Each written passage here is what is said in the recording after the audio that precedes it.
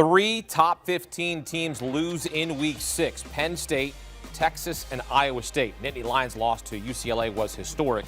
Penn State had won 34 straight against unranked opponents. The Bruins entered Saturday winless and become the first 0-4 team to beat a top 10 opponent since 1985.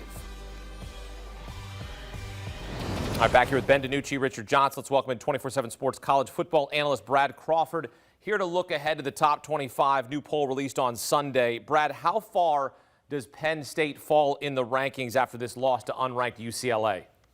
Yeah, I think Penn State falls out of the top 10, outside of the top 15, maybe 19 to 20 range. Because, look, Penn State was preseason number 2, right behind preseason number 1 Texas. Both those teams got beat today on the road. And Penn State's first 3 wins of the year were against no-name programs. No offense to those, Villanova and some of the few others. But Penn State did not show us yet they were worthy of a top 10 ranking. And frankly, after they lost in double overtime to Oregon, looked bad for 3.5 quarters that game, just got torched by Nico Iamaleava. 300 yards total offense, 5 total touchdowns. Just, I mean, in my opinion, it's the most shocking result so far we've had in college football this season. Yeah, as far as I'm concerned, Brad, I don't think Penn State or Texas should be ranked in the top 25 after this weekend.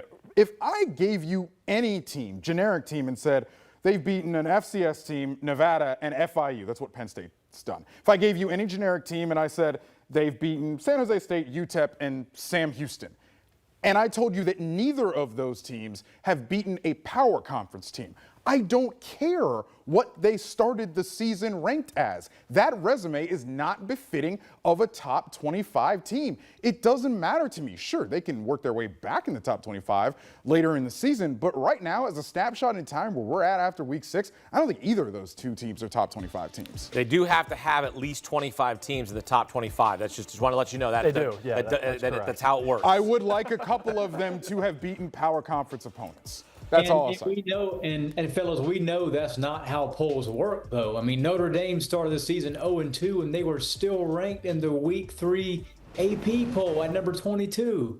Now Notre Dame has, got things back together, but I mean, 2 losses and you're still inside top 25. That's why Penn State will still be ranked on Sunday morning, likely in that 19 to 20 range. Well, you mentioned Texas. Another top 10 team goes down. Number 9, Texas loses on the road at Florida. Brad, what's your evaluation of Arch Manning and the Longhorns here after losing their second game of the season?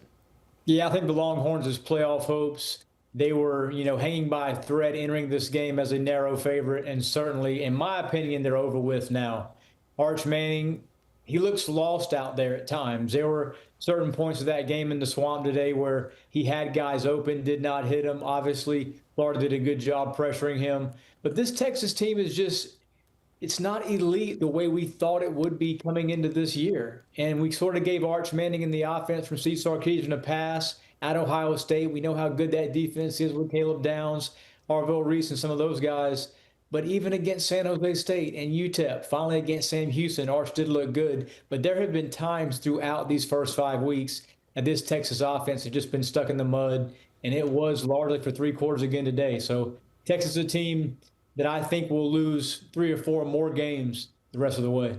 Brad, my thing with this Texas team is, after seeing Arch Manning and his sample size a little bit last year, I think as a team and as an offense, there were a lot higher expectations on this. And through a couple games this year, for me, I would like to see Arch Manning speed his process up a little bit. He still looks slow getting through his reads, slow getting through his progressions. Even that touchdown that he threw earlier in the game today was kind of the roll pass to the flat on the right-hand side. The guy was open right away, right? Give him the ball, get the guys the ball in space, let your playmakers go make plays. So Arch Manning the rest of this year, let's see your process speed up a little bit, start stacking some wins, and see if we can start playing some good consistent ball. Honestly, I will say the ironic thing is I don't think Arch is the reason they lost this game. I don't either. He threw a couple picks for the first time, but yeah. Sure, but I actually thought Arch didn't play so poorly in the second half. I thought he played pretty decently. The problem is Texas got their tails whipped up front on both sides of the ball by a Florida team for Florida's defensive line doesn't even have its best player in Caleb Downs. He's out for a significant amount of time with an injury. That's the most frustrating thing for me if I'm a Texas fan. It's, man, you at least got something out of Arch in this game, but he's on the ground 6 times. He takes 6 sacks because you couldn't protect him. All right, ranked on ranked in the ACC, number 3 Miami against number 18 Florida State. Canes control most of the game. Brad, Miami nowhere to go with Ohio State and Oregon right in front of them, but most importantly, they keep pace.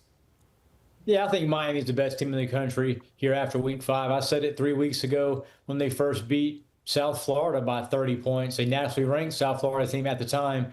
Carson Beck has just picked up where he left off from the first few weeks of the season. Had a couple touchdown passes tonight.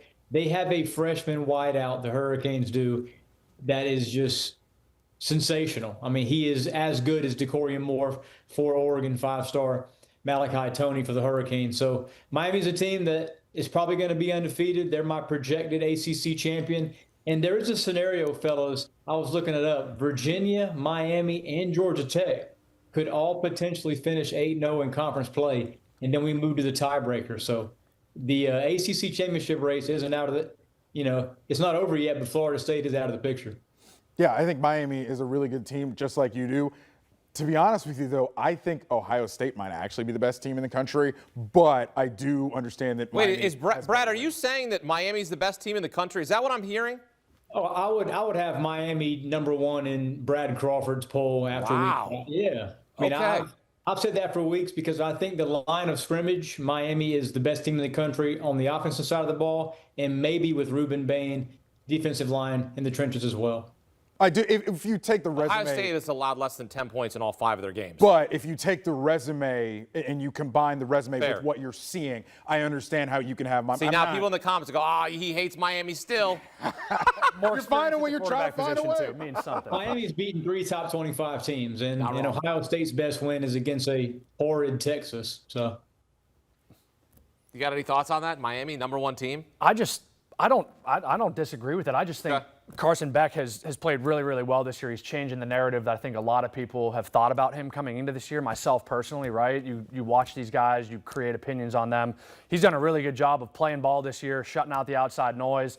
He's taken total control and command of this offense. I've been really impressed with how he's played, and it was fun watching him again tonight. All right, maybe we'll get Ohio State and Miami playing for the Natty. We'll see what happens then. I'd like to take my chances there.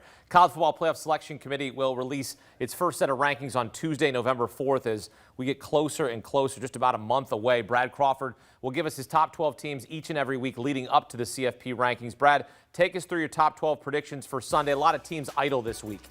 Yeah, I think the AP poll is still going to have Ohio State number 1 spot. A 39-point win over Minnesota. Buckeyes probably don't deserve to get docked for that. I do think Miami moves up to 2. I thought the Hurricanes undeservedly got docked last week for being idle. Oregon beats Penn State in double overtime.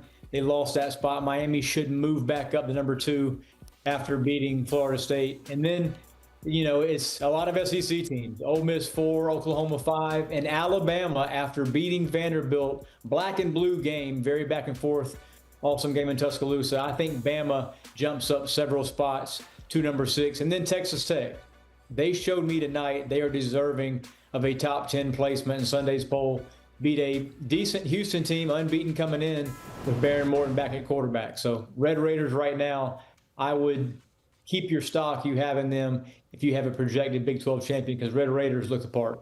Brad, I agree with your list for the most part. The thing that I'm interested to see on this list, the number 4 team, number 5 team, number 11 team, Ole Miss, Oklahoma, LSU, we got some questions at quarterback, right? So be really interesting to see kind of how this plays out for these teams. You hit it with Texas Tech, a team tonight just dominating, right? I think they're sneaking kind of really, really quiet through this thing right now, flying under the radar. And I think, as we get going here in the second half of the year, Texas Tech's going to be an interesting name and a popular kind of, pick to play really well, down the stretch.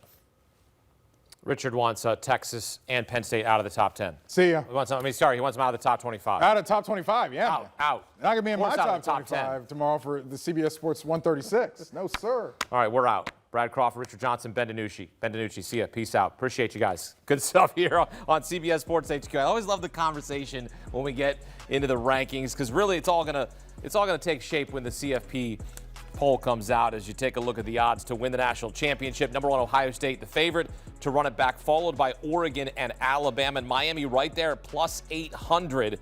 Last school to win back-to-back natties, Georgia in 2021 and 2022.